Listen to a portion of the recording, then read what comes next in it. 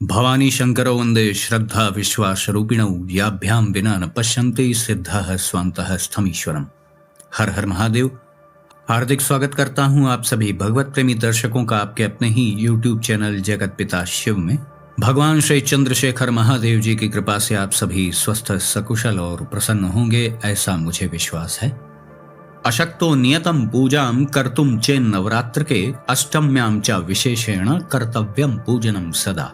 अर्थात नवरात्रि के लिए जो उपयुक्त विधि है उससे भक्ति पूर्वक निरंतर पूजा करनी चाहिए। लेकिन यदि कोई व्यक्ति नवरात्र पर्यंत पूरे नवरात्रि में प्रतिदिन पूजा करने में असमर्थ है तो उसे अष्टमी तिथि को विशेष रूप से अवश्य पूजन करना चाहिए। श्री देवी भागवत महापुराण का यह महत्वपूर्ण निर्णय था। आज के वीडियो का जो विषय है वह भी नवरात्रि से ही संबंधित है और नवरात्रि के अंतिम 3 दिनों में जो महत्वपूर्ण विधियां करनी चाहिए उन्हीं विधियों का वर्णन प्रस्तुत वीडियो में किया जाएगा। पुराष्टम्यां भद्रकाली दक्ष यज्ञ विनाशिनी प्रादुर्भूता महाघोरा योगिनी कोटिभिः सह। अर्थात प्राचीन काल में दक्ष के यज्ञ का विध्वंस करने वाली महाभयानक भगवती भद्रकाली करोड़ों योगिनियों सहित अष्टमी तिथि को ही प्रकट हुई थी। अतोष्टम्यां विशेषेण कर्तव्यम पूजनम सदा नानाविधोपहारैश्च गंधमाल्यानुलेपनैः पायसैरामिषैर्होमैर् ब्राह्मणां च भोजनैः फलपुष्पोपहारैश्च तोषयेत् जगदम्बिकाम्। अर्थात अष्टमी को विशेष विधान से सदा भगवती जी की पूजा करनी चाहिए। उस दिन विविध प्रकार के उपहारों, गंध, माला, चंदन के अनुलेप, पायस यानी खीर आदि से हवन, ब्राह्मण भोजन तथा फल पुष्पादि उपहारों से भगवती जी को प्रसन्न करना चाहिए। यह सभी श्लोक जो मैं पढ़ रहा हूँ यह देवी भागवत महापुराण का है। उपवासे यशक्तानां नवरात्र व्रते पुनः उपोषणत्रयं प्रोक्तम यथोक्त फलदम नृप। अर्थात पूरी नवरात्रि भर उपवास करने में असमर्थ लोगों के लिए अंतिम 3 दिन का उपवास भी यथोक्त फल प्रदान करने वाला बताया गया है। यानी आप पूरी नवरात्रि यदि व्रत नहीं रह पा रहे हैं तो देवी भागवत महापुराण का यह स्पष्ट निर्णय है कि आप यदि नवरात्रि में 9 दिन पूरा व्रत नहीं कर पा रहे हैं तो अंतिम के 3 दिन जो बड़े महत्वपूर्ण हैं उनमें अवश्य व्रत आपको करना चाहिए।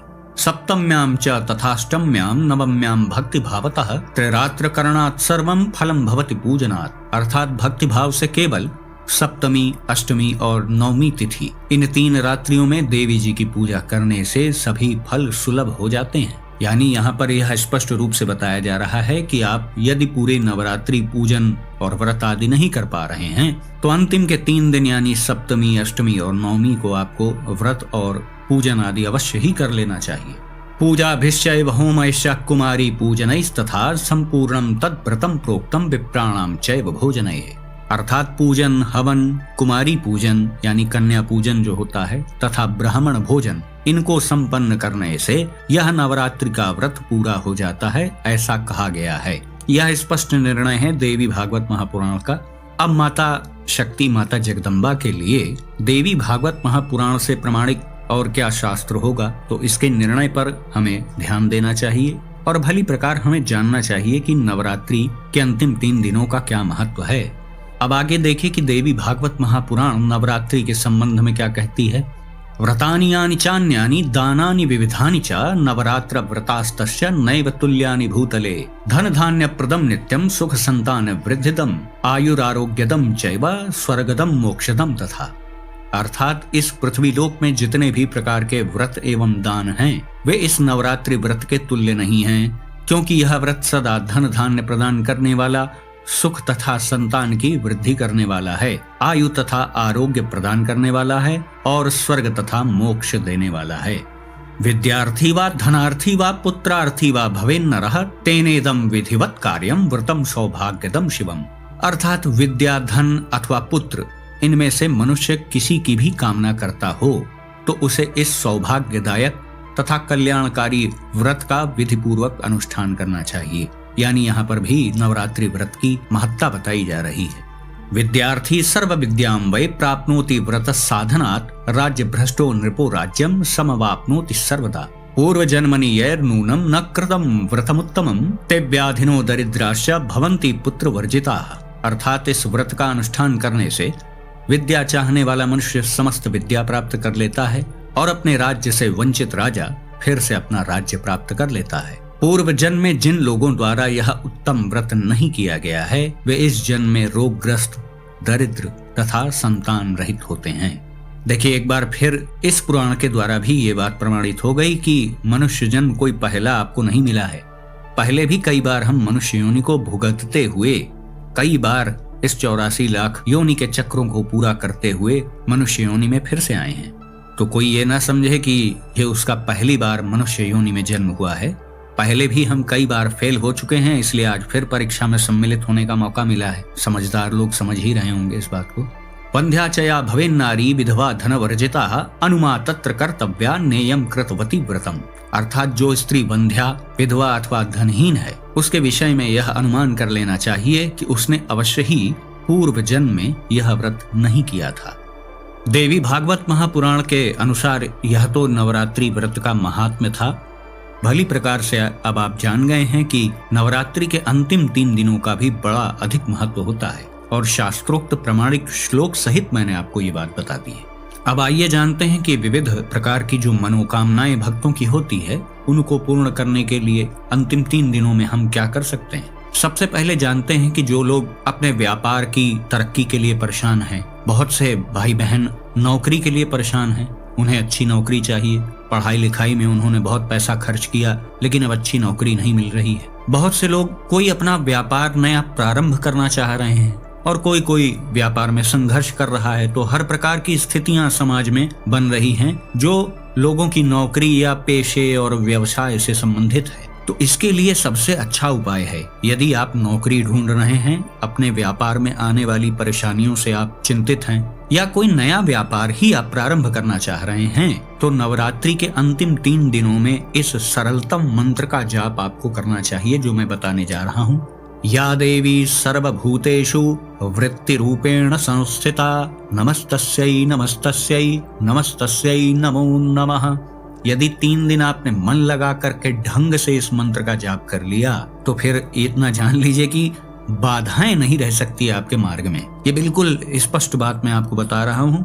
यदि समर्पित भाव से इस मंत्र का आश्रय ले लिया आपने तो आपके व्यापार, नौकरी से संबंधित समस्या तो जीवन में नहीं आएगी, बाकी कुछ आए सो आए अलग बात। और मैं यह भी स्पष्ट कर देना चाह रहा हूँ कि इस मंत्र का जाप सभी पुरुष, माताएं, बहनें सभी लोग कर सकते हैं, क्योंकि इसमें कहीं प्रणव नहीं आ रहा है, यानी ओम का उच्चारण इसमें कहीं नहीं हो रहा है और यह कोई वैदिक मंत्र नहीं है, बल्कि यह तो दुर्गा सप्तशती का ही एक अंग है, मार्कंडेय पुराण का ही हिस्सा है ये। तो इसका जाप महिला पुरुष सभी कर सकते हैं, ये बिल्कुल स्पष्ट रूप से आप जान लें।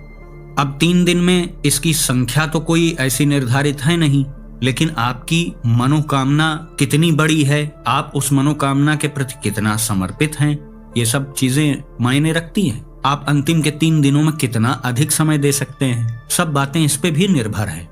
तो आप पहले तय कर लें कि एक दिन में आप कितने मंत्रों का सुविधा से जाप कर पाएंगे, क्योंकि ये मंत्र कोई छोटा सा 2 अक्षर का तो है नहीं, थोड़ा बड़ा है ना। या देवी सर्वभूतेषु वृत्ति रूपेण संस्थिता नमस्तस्यै नमस्तस्यै नमस्तस्यै नमो नमः। उच्चारण में भी ये सरल ही है, कोई बहुत कठिन है नहीं, अधिकांश लोग बहुत आराम से बोल लेंगे। तो आप अंतिम के 3 दिनों में अपनी सुविधानुसार संख्या को तय कर लें। चूंकि मनोकामना पूर्ति के उद्देश्य से आप इस जाप को कर रहे हैं, इसलिए पहले दिन यानी 7वें दिन, अंतिम के 3 दिनों में पहला दिन 7वां दिन ही तो आएगा, तो उस दिन आप संकल्प ले लें प्रातः काल, स्नान नित्य क्रिया आदि से आप जब फुर्सत हो जाएं, उसके बाद देवी जी के मंदिर में जाकर के भी आप संकल्प ले सकते हैं, या अपने पूजा स्थल में घर पे ही आप मानसिक संकल्प, हाथ में जल अक्षत पुष्प आदि लेकर के संकल्प ले सकते हैं।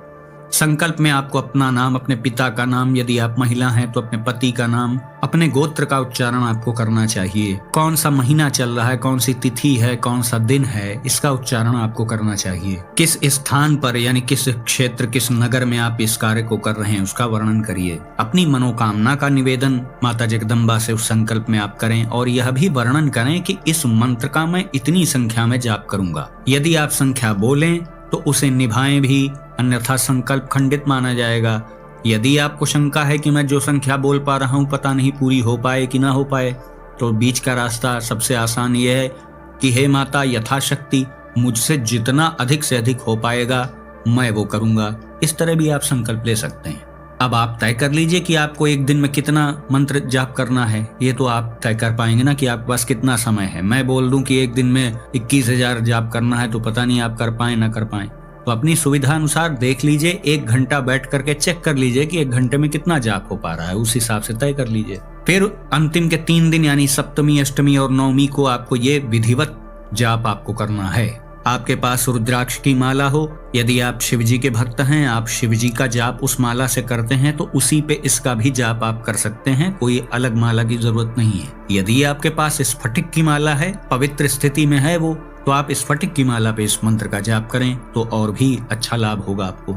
जब 3 दिनों तक आप पूरी तरह से अपना जाप कंप्लीट कर लें तो तीसरे ही दिन, यानी पहला दिन सप्तमी को था, दूसरा दिन अष्टमी को था और तीसरा दिन नवमी को था, यानी राम नवमी रहेगी उस दिन। तो उस दिन रात्रि में जब आपका सब पूरा जाप कंप्लीट हो जाए तो रात्रि में द्वितीय प्रहर में, यानी रात्रि में 9 से 12 के बीच में आपको हवन करना होगा। अब हवन यदि आप स्वयं से करना चाहते हैं तो मैंने हवन की सरल विधि से संबंधित वीडियो बनाया है, पहले आप चैनल पर देख सकते हैं। यदि आपको कुछ कंफ्यूजिंग लग रहा है, आप नहीं कर पा रहे हैं, तो अपने घर के पंडित जी या किसी आचार्य से आप संपर्क करें। वो बहुत आसानी से, सरलता से इस छोटे से हवन को आपका वो करवा देंगे। कोई बहुत वृहद रूप में यह हवन इसका नहीं होगा। आप चाहें तो अपने आचार्य जी से बता सकते हैं कि मैंने इस मंत्र का इतना जाप किया है। इस मंत्र की जिसका जाप आपने किया है, इसकी कम से कम 21 आहुति तो उस हवन में अवश्य आपको देनी चाहिए। वैसे सही पूछिए तो कम से कम 108 आहुति होनी चाहिए इस मंत्र की, लेकिन हवन बहुत वृहद ना हो जाए, क्योंकि देखिए हर व्यक्ति के पास इतना समय उपलब्ध नहीं होता है, और जो व्यक्ति नौकरी, व्यवसाय आदि से परेशान है तो वो आर्थिक रूप से भी परेशान ही होगा। तो मैं किसी को बहुत खर्च में नहीं डालना चाह रहा हूँ। मुख्य बात है कि हवन हो जाना चाहिए 9वें दिन रात्रि में 9 से 12 के बीच। अब आप अपने आचार्य से, अपने पुरोहित जी से संपर्क करके समझ लीजिएगा। यदि व्यापार, नौकरी आदि में कोई भी प्रकार की बाधा आ रही है, आप इच्छित नौकरी प्राप्त करना चाह रहे हैं, अपने व्यापार की वृद्धि करना चाह रहे हैं, कोई नया व्यापार प्रारंभ करना चाह रहे हैं, तो उसके लिए यह मंत्र बहुत ही उपयोगी है। इसको ध्यान रखिएगा। बहुत से भाई लोग विवाह के लिए परेशान हैं, जिनका विवाह नहीं हो रहा है। तो अंतिम के 3 दिनों में ऐसे भाई बंधु जिनका विवाह नहीं हो रहा है, बहुत विलंब होता चला जा रहा है, तो उन्हें नवरात्रि के अंतिम 3 दिनों में इस मंत्र का जाप करना चाहिए। पत्नी मनोरमां देहि मनोवृत्तानुसारिणीं तारिणीं दुर्ग संसार सागरस्य कुलोद्भवाम्। बहुत साधारण सा मंत्र है। अभी नवरात्रि के अंतिम 3 दिनों में समय है तो आप थोड़ा अभ्यास भी कर लें। स्क्रीन पे आपको ये मंत्र दिखाई दे जाएगा। पत्नी मनोरमां देहि मनोवृत्तानुसारिणीं तारिणीं दुर्ग संसार सागरस्य कुलोद्भवाम्। यही मंत्र है। जैसे मैंने पहले विधि बताई संकल्प लेने की, आप वैसे संकल्प ले लें। संकल्प में अपनी मनोकामना का वर्णन भी करें माता जगदम्बा के सामने। फिर यदि आप निर्धारित संख्या आपने तय की है तो उस संख्या को पूर्ण करें, और यदि आपने यथाशक्ति जाप का संकल्प लिया है तो यथाशक्ति जाप करिए। और 9वें दिन यानी रामनवमी वाले दिन रात्रि में 9 से 12 के बीच में इसकी पूर्णता के लिए हवन भी कर लीजिए। ये आप ना सोचें कि 10वें दिन, दशमी के दिन हवन करना है जब 3 दिन पूर्ण हो जाएं, ऐसा नहीं है। तब तो नवरात्रि ही खत्म हो जाएगा।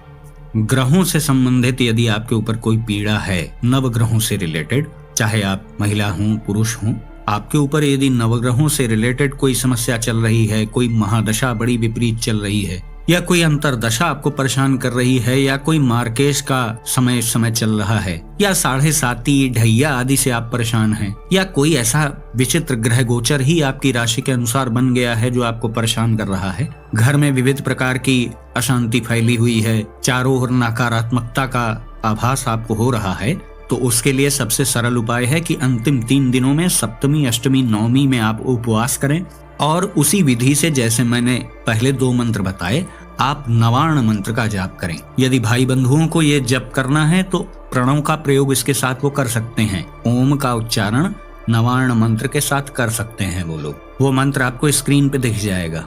और माताएं बहनें यदि इसे करना चाहें तो बिना प्रणव के यानी ओम के बिना इस मंत्र का जाप करें। और यदि माताएं बहनें नवार्ण मंत्र का जाप नहीं करना चाहती हैं तो वो एक और मंत्र का जाप मैं बता रहा हूँ, उसको कर सकते हैं। वो पार्वती जी का प्रतिनिधि मंत्र है। नमो देव्यै महादेव्यै शिवायै शततम नमः। नमः प्रकृत्यै भद्रायै नियतः प्रणतास्मताम्। और यदि आपको लगता है कि यह भी थोड़ा कठिन मंत्र है, ये भी नहीं हो पा रहा है, तो एक और सरल मंत्र है जो इसी समस्याओं से उर्ण होने के लिए आप जाप कर सकते हैं। या देवी सर्वभूतेषु शांति रूपेण संस्थिता नमस्तस्यै नमस्तस्यै नमस्तस्यै नमो नमः। जो आपको आसपास नकारात्मकता का अनुभव होता है, निश्चित रूप से इस मंत्र का जो लास्ट में मैंने बताया, इसका जाप भी आप सही से 3 दिन कर लेंगे तो इस समस्या से भी आपको अवश्य ही छुटकारा मिलेगा। देखिए, सबकी विभिन्न प्रकार की मनोकामनाएं होती हैं। अब अलग अलग सभी मनोकामनाओं का वर्णन करूंगा तब तो वीडियो ही बहुत लंबा बन जाएगा। तो मूल बात को आप समझें कि यदि हम नवरात्रि के पूरे 9 दिन विधियों का पालन नहीं कर पा रहे हैं तो देवी भागवत महापुराण का स्पष्ट आदेश है कि अंतिम के 3 दिनों में सप्तमी, अष्टमी, नवमी पे भी यदि कोई विधियों का पालन कर लेता है तो माता जगदम्बा की उसके ऊपर विशेष कृपा होती है। तो आपकी कैसी भी मनोकामना हो, मुख्य चीजें तो मैंने पहले ही बता दी, लेकिन आपकी अन्य भी कोई मनोकामना है जो आप न बता पा रहे हैं और न मैं समझ पा रहा हूँ, तो उसकी पूर्ति के लिए भी आप इन 3 दिनों में उपवास कर लें, विधिवत पूजन कर लें, तो पक्का जान लीजिए कि माता जगदम्बा की कृपा आपके ऊपर अवश्य होगी। इसमें कोई 2 राय नहीं है। अब बहुत से दर्शक ऐसा कह सकते हैं कि महाराज जी, मेरे यहाँ तो कोई पंडित जी नहीं है, कोई पुरोहित नहीं है और स्वयं से मैं हवन कर नहीं सकता। तो फिर एक रास्ता ये है कि कुछ द्रव्य दक्षिणा आप हवन के निमित्त ले जाकर के किसी मंदिर के श्रेष्ठ पुजारी को आप समर्पित कर दें, या उनको कुछ मिष्ठान्न का दान कर दें, आधा 1 किलो मिठाई वगैरह कुछ दे दें, उन्हें कुछ फल, नमकीन आदि कुछ, मतलब ब्राह्मण को भोजन कराना भी हवन का ही एक विकल्प माना जाता है। तो आप हवन नहीं कर पा रहे हैं तो कोई बात नहीं, आप किसी भगवती माता देवी जी के मंदिर के पुजारी जी को आप संतुष्ट कर दीजिए, दक्षिणा के द्वारा, भोजन के द्वारा, मिष्ठान्न के द्वारा, वस्त्राभूषणों के द्वारा। वो आपके ऊपर है, अपनी शक्ति सामर्थ्य के अनुसार आप ऐसा कर सकते हैं। तो मैं आशा करता हूं कि जो भी जानकारी आपको दी गई वो आपके लिए उपयोगी सिद्ध होगी। यदि वीडियो में आपको कोई ऐसा विषय हो जो ना समझ में आया हो तो उससे संबंधित आप कमेंट कर सकते हैं। मैं पूरा प्रयास करूंगा कि आपके प्रश्नों का उत्तर दे पाऊं। यदि वीडियो आपको पसंद आया तो इसे लाइक करें, अपने मित्रों, बंधु बांधवों के साथ शेयर करें। कृपया इस चैनल को भी सब्सक्राइब करें और बेल आइकन को भी अवश्य प्रेस कर दीजिएगा। तो श्री उमेश्वर महादेव जी से मैं ऐसी प्रार्थना करता हूँ कि वो आप सभी को सदा सुखी, स्वस्थ और ऊर्जावान बनाए रखें। मिलते हैं अगले वीडियो में एक नई और उपयोगी जानकारी के साथ। तब तक के लिए आप सभी भगवत प्रेमी भक्तों को हर हर महादेव।